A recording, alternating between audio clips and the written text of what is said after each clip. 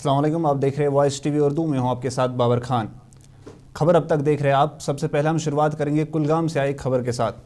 आज कुलगाम के मलवन इलाके का मिनिस्टर सकीना ईतू ने दौरा किया, जहां वो आम लोगों से मिली और उनके मसले सुने। इस दौरान सकीना ईतू के साथ मिनिस्टर देवसर फिरोज़ अहमद भी शामिल थे। इस दौरे के दौरान सकीना ईतू ने कुलगाम के लोग अलग अलग इलाकों से आए लोगों से मिले और उनके मसले सुने।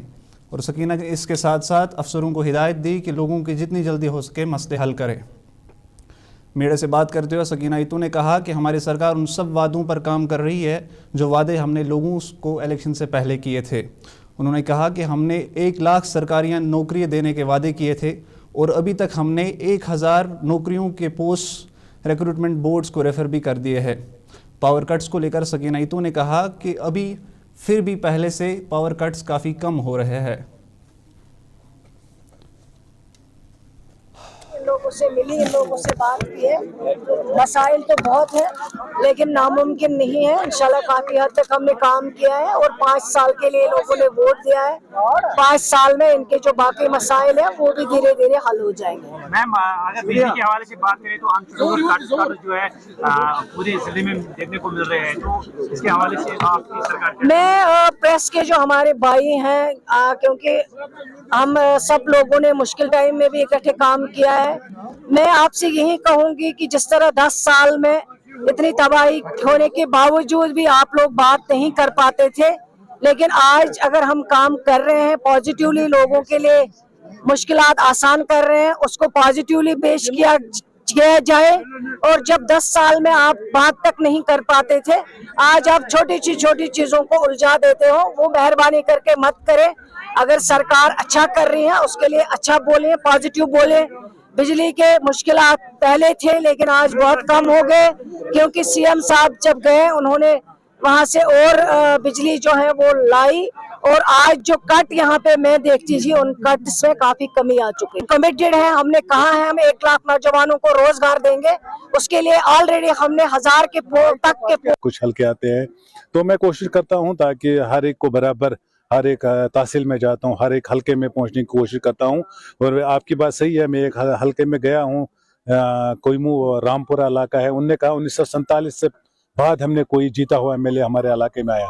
मेरी कोशिश ये रहे कि मैं जुड़ा रहूंगा लोगों के साथ, क्योंकि ये इज्जत पहले अल्लाह ने दी फिर लोगों ने दी। पिछले 5-6 साल से लोग जो है काफी सफर कर रहे थे, लेकिन आप पे उन्होंने भरोसा जताया, लोगों को आप पे काफी उम्मीदें हैं, तो उनके लिए आप, हालांकि आपको कम टाइम हो गया, उनके लिए कोई पैगाम लोगों के लिए यही पैगाम है आपकी वसादत से, आप थोड़ा सा सब्र रखिए। अभी हमें 1.5 महीना हुआ है, अभी 5 साल है, और इंशाल्लाह ताला हमारी कोशिश सबसे पहले रहेगी कि हमें स्टेट वापस मिले। और उसके बाद जो हमारा मंशूर है, उस मंशूर को जिसके देख कर लोगों ने वोट दिया है, उसमें कुछ वादे हमने पूरा किया है, लेकिन बहुत ही जल्दी। एनजी के सीनियर लीडर और पांपोर से एमएलए जस्टिस हसनैन मसूदी ने आज पांपोर के गवर्नमेंट सब डिस्ट्रिक्ट अस्पताल का दौरा किया। इस दौरे में एमएलए ने एसडीएच में एक नई खुसूसी मीटिंग की, जिसमें उन्होंने अस्पताल में क्या क्या मसले चल रहे उन पर बात की। हसनैन मसूदी ने वॉइस टीवी से बात करते हुए कहा कि बहुत जल्द ही अस्पताल में एक नया डायलिसिस सेंटर भी चालू किया जाएगा, और जितना हो सके इस अस्पताल को हमारी कोशिश होगी कि यहाँ पर बेहतर से बेहतर फैसिलिटीज़ मिले, ताकि यहाँ पर मरीज़ों को एक अच्छा इलाज मिल पाए।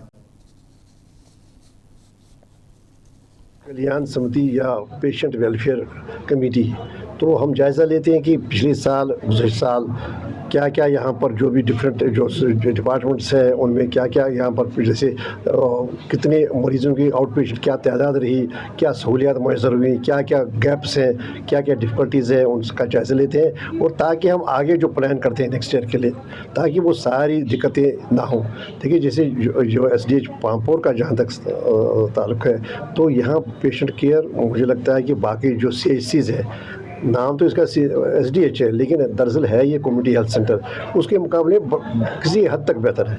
बड़ी हद तक। अब यहाँ पर कोई 3.5 लाख आउट पेशेंट है पिछले 1 साल में, जो भी किसी भी CHC में मुझे लगता है कि कश्मीर में तकरीबन किसी भी CH में से जो आउट पेशेंट तादाद है उससे ज़्यादा है। और इसी तरह जो भी बाकी जो आदाद शुमार है, यहाँ पर जो गोल्डन कार्ड की जो सहूलियात है वो कितने लोगों को मैसर हुई और उसमें क्या और करना चाहिए ताकि वो मुस्तहकम हो, सब हर एक जायज़ा लिया जाता है। इंफ्रास्ट्रक्चर के हवाले से, हमारा जो मैन पावर है उसके हवाले से, तो और क्या लेटेस्ट इक्विपमेंट ज़रूरत है उसके हवाले से जायज़ा लिया जाता है और इत्मीनान बख्शे। और हमने आज डिस्कस किया कि आगे हमें क्या क्या दिक्कतें हैं, क्या क्या हमें और इक्विपमेंट लाने की ज़रूरत है और क्या क्या हमें कैसे मुस्तहकम हो health care system SDH Mahaur का।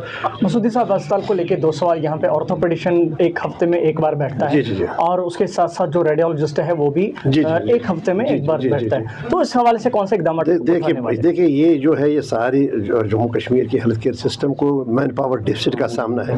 दरअसल क्या हुआ कि हमने हमारे ये इश्यूज़ हैं जो पिछले गुज़श्ते 6 साल है, जो अफसरशाही का जो दौर रहा, तो इन मामलात की जो प्रैक्टिकल ये मामलात थे, ज़मीनी सतह के मामलात थे, इनकी तरफ तवज्जो दी जाएगी। अब सरकार ने शुरू किया, हमारी सरकार ने जब भी इलेक्टेड गवर्नमेंट आई, कोई 150 के करीब डॉक्टर साहिबान का तकर्रुर हुआ और आने वाले दिनों में और भी डॉक्टर साहिबान तक कत्ल होगा। और इसी तरह जो हमारा पैरामेडिकल स्टाफ है इसको मुस्तकम किया जाएगा। तो हम एक ये सुझाव है कि एक वॉक इन इंटरव्यू के ज़रिए ये पैरामेडिकल स्टाफ हो। अब देखिए, अगर एक ऑपरेशन थिएटर खुला रखने के लिए सिर्फ एक डॉक्टर की ज़रूरत नहीं है जो वहाँ पर जो ऑपरेट करे, बल्कि उसके साथ एक पूरी टीम होनी चाहिए दाई भाई। उसका OT टेक्नोलॉजिस्ट होना चाहिए, बाकी जो भी है जो कि अटेंडेंट्स होनी चाहिए। तो जब तक वो नहीं होगा तब तक वो जो हमारा ये विजन है कि ये 24/7 रहे। तो जब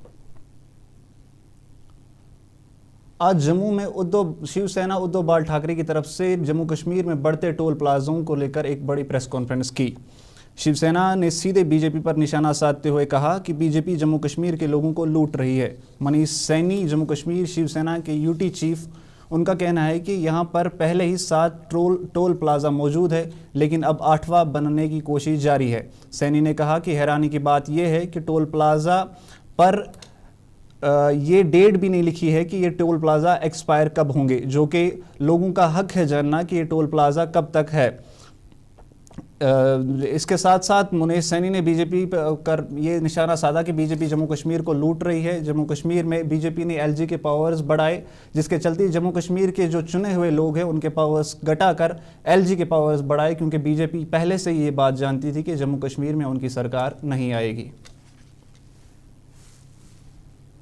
पूरे देश में ऐसा केंद्र शासित प्रदेश है जहां टोल प्लाजा की भरमार है। देश के अंदर किसी भी केंद्र शासित प्रदेश में ले लीजिए, सिर्फ बॉर्डर पर टोल प्लाजा होते हैं, इंटरनल कोई टोल प्लाजा नहीं होता। मगर जम्मू कश्मीर में अति हो चुकी है कि अगर मात्र जम्मू की बात करें तो 5 जगह पर टोल वसूली हो रही है और 6ठे की जो है वो तैयारी बिल्कुल की जा रही है अखनूर में। गत दिवस भी आपने देखा मीरा साहब के रिंग रोड पे भी जो है वो टोल वसूली शुरू कर दी गई।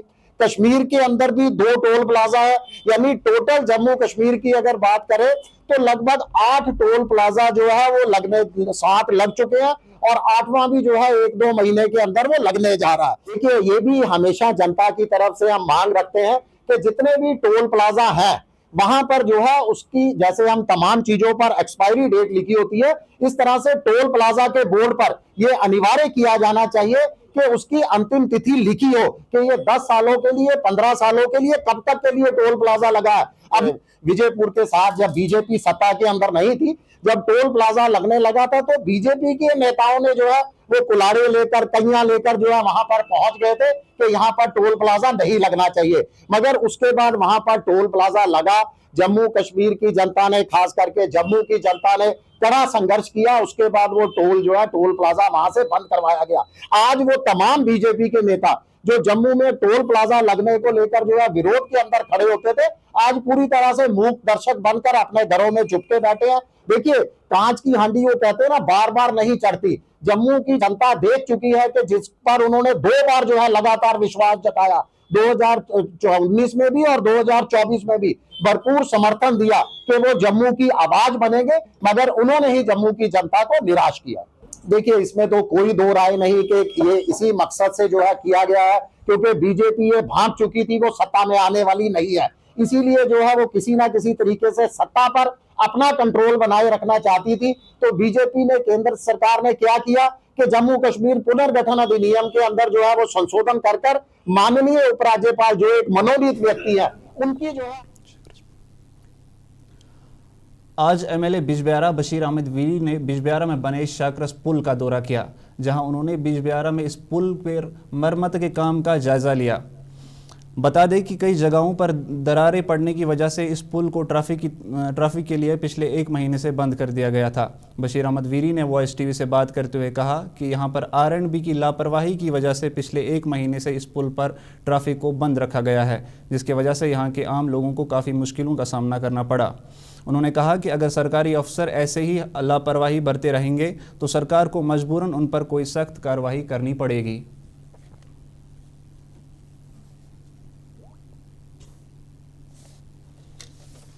हजरात है जिनको मैं काफ़ी कदर की निगाहों से देखता हूँ, और पहली रिव्यू में मैंने उनको गुजारिश की कि यहाँ के लोग मुसीबत के शिकार हैं, तरह तरह से मुसीबत के शिकार है, मेरा साथ दे दीजिए, मेरे लोगों को इस मुसीबत से निकालने के लिए मेरे साथ चलिए। लेकिन बदकिस्मती ये है, प्रोजेक्ट कंस्ट्रक्शन डिवीजन हो या R&B पहलगाम डिवीजन हो, अफसोस ये है जब मैंने बात की इन अफसर हजरात से, ये लॉर्ड्स को खुश करने के लिए उनके घरों को जाते हैं चक्कर लगाने के लिए। और मैंने क्लियर इनको यहाँ पे बताया, कमिश्नर सेक्रेटरी हो, कोई भी सेक्रेटरी हो, ये लॉर्डशिप यहाँ पे नहीं चलेगा, वेयरशिप चलाई यहाँ पे। लोग मुसीबत के शिकार हैं, लेकिन अब लोगों ने हमें अपना एतमाद दिया, और लोगों ने हमें वो एतमाद इसलिए दिया ताकि हम महसूस करें कि ये लॉर्ड्स जो है, जिनको पब्लिक सर्वेंट्स जिनको कहा गया है, जिनको लोगों की खिदमत की जिम्मेदारी दी गई, वो किस तरह से मिसबिहेव करते हैं, किस तरह से वो एरोगेंस में चले गए। मैं आज इनको यहाँ से आपके माध्यम से क्लियर वार्निंग देना चाहता हूँ, बाद में पछताइए नहीं, बाद में शिकायतें ना करें। They should be sensitive to the requirements of the public, requirements of the people. आज इन्होंने खामखा यहाँ पे जो उनका ऑफिशियल था प्रोजेक्ट कंस्ट्रक्शन डिवीजन का, वो कह रहा था ये खुद भी ये ठीक कर सकते थे, लेकिन अफसोस ये है कि R&B डिवीजन पहलगाम ने अपने टेक्निकल इनपुट्स दिए डिप्टी कमिश्नर को, और 1 महीना ये ब्रिज जो है बंद रहा। 5 लाख रुपया का इंतजाम करना पड़ा, मुझे भी तरले करने पड़े, चीफ इंजीनियर से लेके पता नहीं किस किस को 5 लाख रुपया इनको अरेंज करने के, लेकिन मुझे नहीं लगता उतना इस पे खर्चा है। तो ये सब चीजें जो देख के ना, ये अफसोस की बात है। आज मैंने वार्निंग दी, but next time things will be, they will go to. Baramulla में आज पीडीपी का जिला प्रेसिडेंट चुने जाने पर पीडीपी के सीनियर लीडर रफीक अहमद राथर को बारामूला में जोशो खरोश से स्वागत किया गया। इस मौके पर रफीक अहमद राथर ने वॉइस टीवी से बात करते हुए कहा कि अपोजिशन पार्टी की हैसियत से पीडीपी हमेशा इन मसलों को उठाती रहेगी जो सरकार चला रहे हैं। पार्टी नेशनल कॉन्फ्रेंस ने लोगों से जो इलेक्शन के दौरान वादे किए थे कि उन वादों पर खड़ा उतरे। उन्होंने कहा कि हम एनसी को वो वादे याद दिलाना चाहते हैं जो उन्होंने इलेक्शन से पहले किए थे, जिसमें 200 यूनिट फ्री बिजली, 12 गैस सिलेंडर, राशन कोटा को बढ़ाना, 370 पर एक मजबूत रेजोल्यूशन के साथ साथ जम्मू कश्मीर को फुल स्टेटहुड दिलाना भी शामिल था। रफीक राथर ने कहा कि हैरानी की बात यह है कि जो कश्मीर के हज़ारों जवान जेलों में पिछले कई सालों से बंद पड़े हुए हैं, उनको लेकर कोई भी आवाज़ नहीं उठा रहा।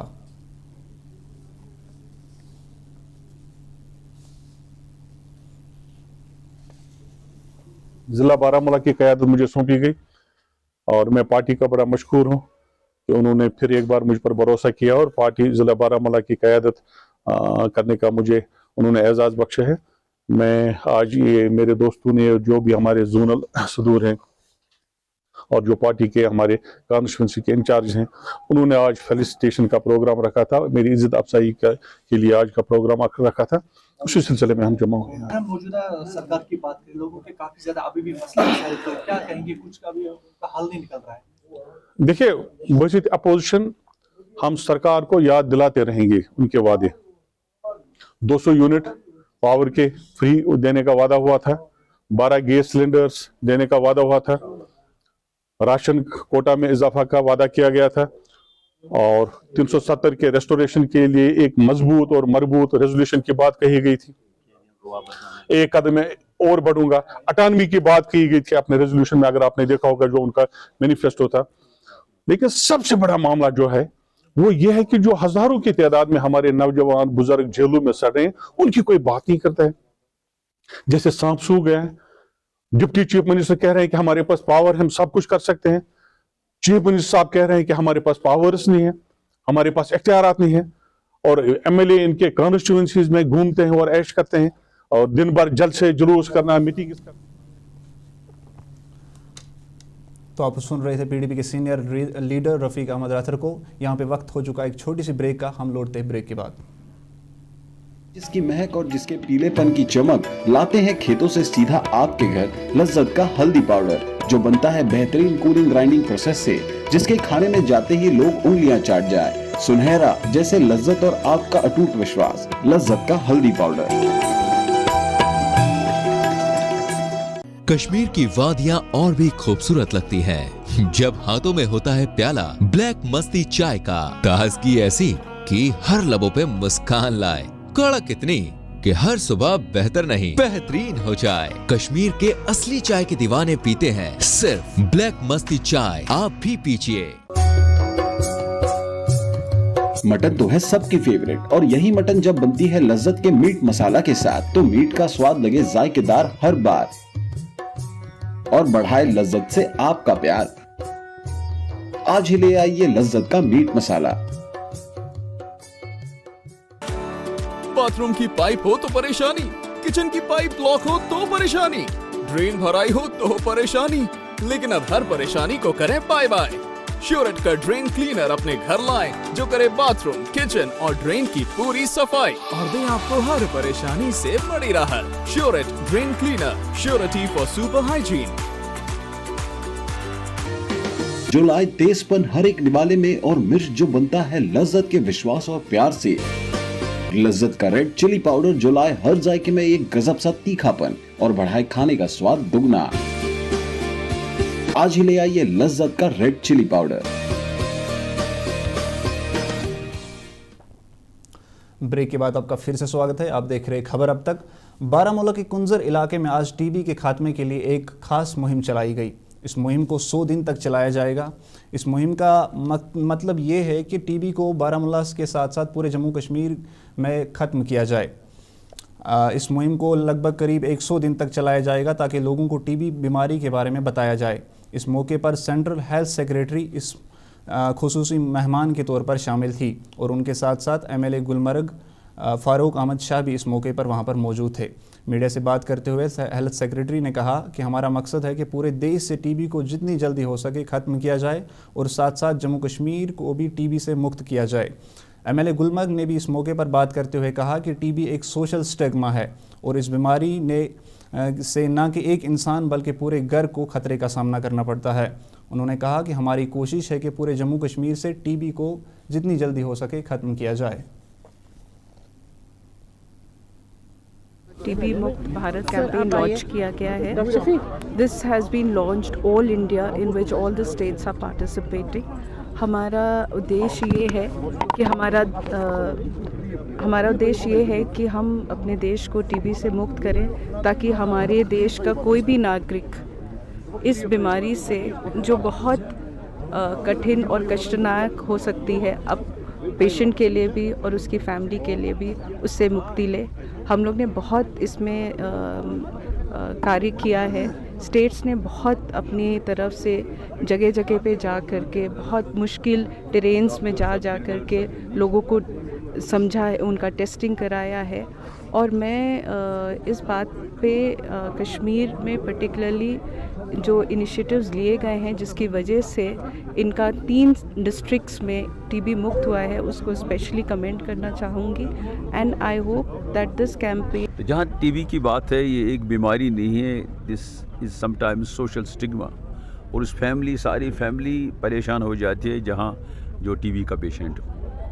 तो ministry of health government of India और मिनिस्ट्री ऑफ हेल्थ JNK की यही कोशिश है कि हम जो है इस जम्मू कश्मीर को टीबी मुक्त करें।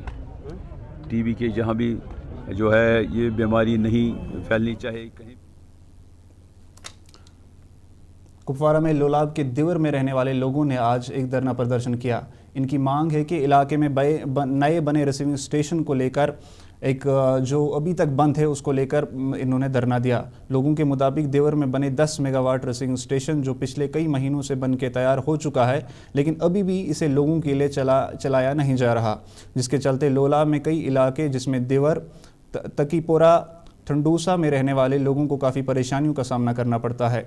वॉइस टीवी से देवर में कुछ लोगों ने बात की, कहा कि उन्हें काफ़ी दिक्कत परेशानियों का सामना करना पड़ता है क्योंकि पीडीडी डिपार्टमेंट से उन्होंने काफ़ी दफ़ा इस बारे में बोला भी था, लेकिन पीडीडी डिपार्टमेंट इसको लेकर बिल्कुल भी चिंतित नहीं है।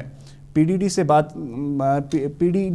बात की, लेकिन बदकिस्मती से कुछ डिपार्टमेंट्स और सियासी वजहों की वजह से, उनके आपसी झगड़े की वजह से काफ़ी आम लोगों को काफ़ी दिक्कतों का सामना करना पड़ता है। इस मौके पर पीडीपी के सीनियर नेता और जनरल सेक्रेटरी अब्दुल हक खान ने भी मीडिया से बात करते हुए कहा, आइए सुनते हैं।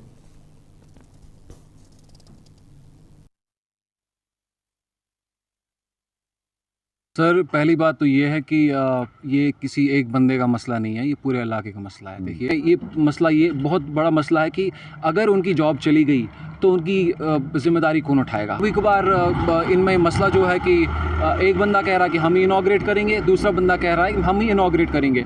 और हमने बिजली अकाम से बात की, उन्होंने ओपनली बताया कि ये पूरा कंप्लीट है, इसमें कोई प्रॉब्लम है ही नहीं, और उन्होंने ट्रायल बेस पे इसको स्टार्ट भी किया था और ठीक ठाक। 2-3 नफर कोन फोन तब जो तौर इम्पैक्ट दिवान दपान हसा युस महकम छो ओम हसा छ पोंस छाना पोंस इन द सेंस के अगर ठेकेदार बनावमुत छ सु हेका हैंड ओवर करित क्या छ हेका हैंड गवर्नमेंट छ तमे शायद रटनी, यानी यस रटन छ ट्रांसफार्मर बनाए पत करान डिपार्टमेंट हैंड ओवर तुम दपान शायद हसा छ मन 5 दाग, अगर 5 दाग छ तो रिसीविंग स्टेशन देवर काफ़ी बड़ी आबादी और कई गांव की बहुत ज़्यादा ज़रूरत थी जिनको पावर का बहुत बड़ा मसला रहता था।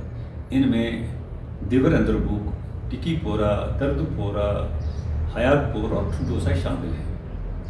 इस पे 17-18 में काम शुरू होना था, लेकिन कई वजूहत की बिना पर ये 2024 में जाके कंप्लीट हुआ। इसका ट्रायल भी हो चुका है, लेकिन अब सोशल मीडिया पे न्यूज़ गश्त कर रही है कि पिछले 2 महीने से ये इस वास्ते रुका पड़ा है क्योंकि इसकी इनाग्रेशन किसी बड़े साहब ने कर दी है। अगर ये न्यूज़ सही है तो ये बहुत अफसोस की बात है। इस सर्दी के मौसम में एक तो लोग सर्दी से ठिठुर रहे हैं, इसके अलावा बिजनेस का इन्हिसार बिजली पर है। बच्चे जो स्कूल जाते हैं, कॉलेज जाते हैं, यूनिवर्सिटी जाते हैं, उनकी पढ़ाई में रखना पड़ रहा है। तो एक इनाग्रेशन के बहाने इसको 2 महीने। पुलवामा के काकापुरा इलाके में रहने वाले लोगों ने आज इलाके में नए आधे अधूरे बने सब डिस्ट्रिक्ट अस्पताल को लेकर धरना प्रदर्शन किया। लोगों के मुताबिक इस सब डिस्ट्रिक्ट अस्पताल का काम 2018 से शुरू किया गया था, लेकिन अभी तक भी काम अधूरा है, जिसके चलते उन्हें काफ़ी परेशानियों का सामना करना पड़ता है। कुछ लोगों ने वॉइस टीवी से बात करते हुए कहा कि उन्हें कई बार डीसी पुलवामा तक ये बात पहुंचाई थी, लेकिन बदकिस्मती से अभी तक भी इस पर कोई कार्रवाई नहीं की गई। अस्पताल पर काम चालू नहीं किया जा रहा। इनकी मांग है कि इस अस्पताल का काम जितनी जल्दी हो सके शुरू किया जाए ताकि इलाके में रह रहे लोगों को थोड़ी राहत मिल पाए। हम देख रहे हैं कि ये जो हॉस्पिटल अभी जो फंक्शन है वहाँ पे बहुत ज़्यादा रश है। अगर हम देखें कि बहुत सारी जो फैसिलिटीज़ होते हैं अलग अलग हॉस्पिटल में, जो पांपोरा अगर हम देखेंगे या डिस्ट्रिक्ट हॉस्पिटल में जो है वो भी यहाँ पे होनी चाहिए, लेकिन नहीं है वो, क्योंकि वहाँ अगर हम देखेंगे जो स्पेस कम की वजह से है, इंफ्रास्ट्रक्चर प्रॉपर नहीं है वहाँ, वो लैब्स जो होने चाहिए वो अच्छी तरीके से मेंटेन नहीं है। इसलिए इस सारे जुमरे को मद्देनज़र रख के हम चाहते हैं कि जो हॉस्पिटल यहाँ 2018 से बनाया गया है अभी तक भी फंक्शनल नहीं है। हम चाहते हैं कि इसको जल्दी से जल्दी फंक्शनल बनाए। 2018 लगित तकरीबन 2018 पत कतिस कालस चलो तिमन अल्लाह ताला मगफरत योर अनो तिमन लुकन थ अल्लाह ताला वार वत गरस पानस ठीक पूरी मुझे जमीन त्रो तो तिमो दुत गवर्नमेंटस बना अस्पताल शुवजा गाम शुवजा गाम तकरीबन शुवजा गाम यम काकपुर हस्पताल 2018 लगित। तो 2018-19 में इसका काम शदुमत से जारी किया गया है। ये ज़मीन एक बंजर थी, लोगों ने इसको छोड़ दिया है इसी वास्ते कि यहाँ पे SDH तामीर हो जाए।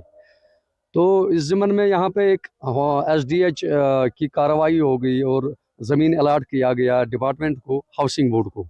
2018, 19, 20, 21 तक काम शदुमत से जारी था। दिन और रात में काम बहुत चलते थे। तो 2022 से आज तक 90% हॉस्पिटल कामयाब हैं, खड़ा है। आपके पीछे जो आप देख रहे हैं स्ट्रक्चर खड़ा है SDH, मगर बदकिस्मती से 2022 से काम बंद है। ये हमारे लिए बदकिस्मती की बात है। यहाँ पे अब माहौल ऐसा बन रहा है कि लोग यहाँ आते हैं, यहाँ पे चौराहे होते हैं, यहाँ पे मतलब गलत गलत इस्तेमाल होता है अस्पताल, जो हमारे लिए बाइस तशवीश है। इस ज़मन में DC साहब पुलवामा या सेक्रेटरी साहब जो है, चीफ सेक्रेटरी साहब डोले साहब, हम उनके पास भी गए हैं अपने एप्लीकेशन लेके, अपनी बॉडी लेके, मगर आज तक इसमें कोई दूसरे काम नहीं हो पा रहा है। तो लिहाजा आपके ताउन से डिपार्टमेंट से गुजारिश है, सरकार से गुजारिश है कि इसकी तरफ तवज्जो दें, क्योंकि ये जो हॉस्पिटल है ये काकापोरा के 56 गाँव के लिए ये हॉस्पिटल है। तो यहाँ पे एक PSC काम कर रहा है, वो बहुत अच्छा काम कर रहा है, वहाँ ज़्यादा रश होने।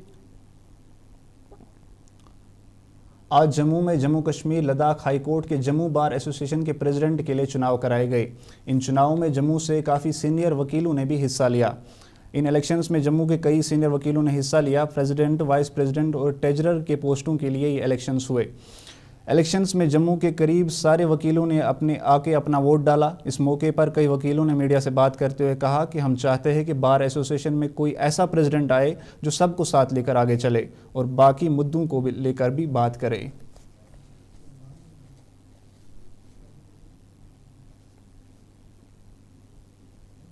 बहुत बड़ा फेस्टिवल है, तो हम लोग इलेक्शंस कहते हैं।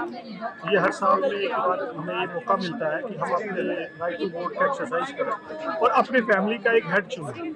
वो हेड के रूप में हम लोग एक टीम को चुनते हैं जो हमें आगे लीड करती है, और इस तरीके से वो जैसे हमें आगे साला मसाला लेके जाएंगे, हम हमेशा उनका साथ रहता है, एवरी मेंबर उनके पीछे रहते हैं।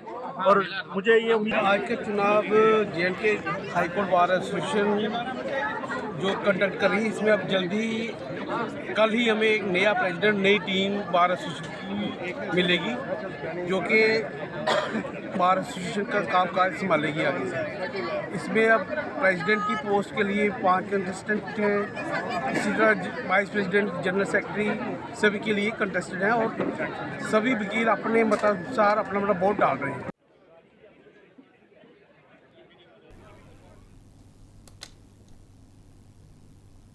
पहलगाम में आज पहलगाम डेवलपमेंट अथॉरिटी की तरफ से एक खास क्लीननेस ड्राइव चलाई गई। इस ड्राइव का मकसद था कि पहलगाम जैसी जगह को लोगों के लिए साफ़ सुथरा रखना और इसको महफूज करना। इस मौके पर पहलगाम डेवलपमेंट अथॉरिटी के CEO ने वॉइस TV से बात करते हुए कहा कि हमारा मकसद पहलगाम जैसी जगह को हर लिहाज से साफ़ सुथरा रखने के साथ साथ लोगों के लिए इस जगह को मज़ीद ज़्यादा खूबसूरत बनाना है। आज फिर एक बार यहाँ के ज़िशूर आवाम, स्टेक होल्डर्स से मुखातिब इसलिए हूँ क्योंकि आप जानते हैं कि हमारा जो पहलगाम है एक ऐसी डेस्टिनेशन है जो 12 महीनों में 12 तरीकों से, 12 रंगों से यहाँ के जो जितने भी यहाँ टूरिस्ट आते हैं, चाहे हमारा नेशनल टूरिस्ट आता है या इंटरनेशनल टूरिस्ट आता है, उनको मधु करती है। और आप जानते हैं कि हमारे पास इतने वसाइल हैं जो मुख्तलिफ तरीके से हमारे पास मौजूद है, और हम बार बार कहते हैं। तो आप देख रहे थे खबर अब तक। फिलहाल इस बुलेटिन में इतना ही। अब देखते रहे वॉइस TV उर्दू।